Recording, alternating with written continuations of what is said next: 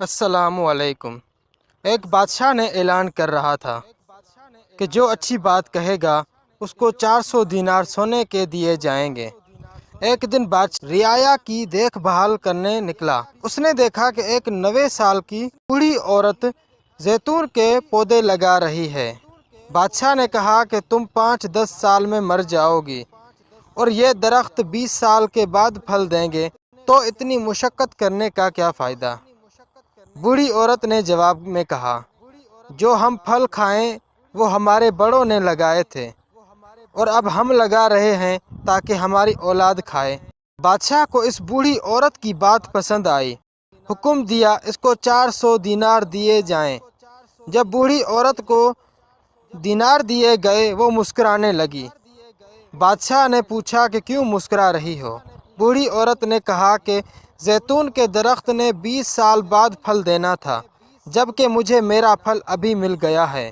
بادشاہ کو اس کی یہ بات بھی اچھی لگی اور حکم جاری کیا کہ اس کو مزید 400 دینار دیے جائیں۔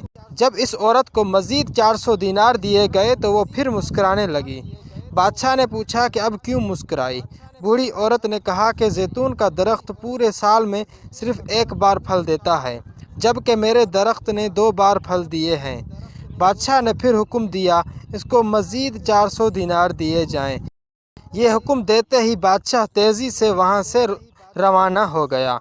وزیر نے کہا کہ حضور آپ جلدی سے کیوں نکل آئے؟ بادشاہ نے کہا، اگر میں مزید اس عورت کے پاس رہتا تو میرا سارا خزانہ خالی ہو جاتا، مگر عورت کی حکمت بھری باتیں ختم ہی نہ ہوتی۔